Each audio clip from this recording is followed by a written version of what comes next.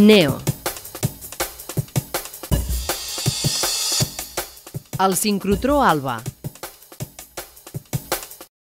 La Universitat Autònoma de Barcelona compta amb un aliat d'excepció a tocar del seu campus de Bellaterra, el sincrotró ALBA. Una font de llum de gran qualitat que permet observar fenòmens microscòpics amb gran precisió. ALBA és l'infraestructura científica més gran i complexa construïda mai a Espanya i és un dels sincrotrons més avançats del món. El cor del sincrotró és una estructura en forma d'anell, un tub de 168 metres de circumferència per on viatgen electrons a gran velocitat. Per mantenir-los dins l'anell, són guiats per grans electroimants i s'acceleren fins a velocitats properes a la de la llum en les anomenades cavitats de ressonància. El gir dels electrons a gran velocitat i les oscil·lacions en els anomenats dispositius d'inserció fan que emetin una radiació molt especial, la llum de sincrotró. L'accelerador permet generar llum amb tot un ventall d'energies diferents, des de radiació infrarroja fins a raigs X més d'1 milió de milions de vegades més potents que els utilitzats habitualment al laboratori o als hospitals.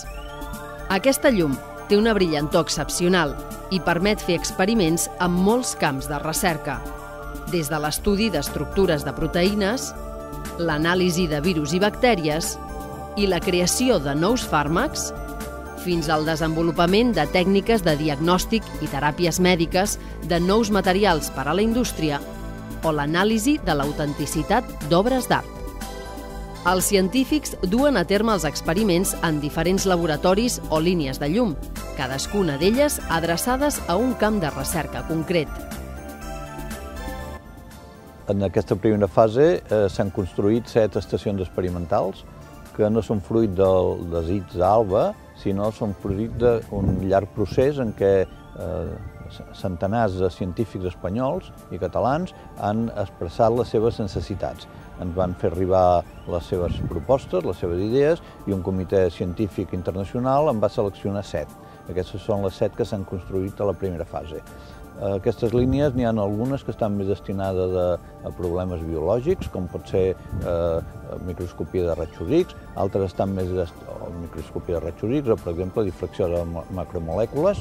N'hi ha altres que estan més orientades a la física, com pot ser línies de difracció de material no cristal·lí, o bé microscopia de fotoemissió, o fer fins i tot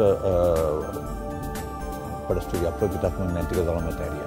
Unes són més destinades a la biologia, altres més destinades a la física.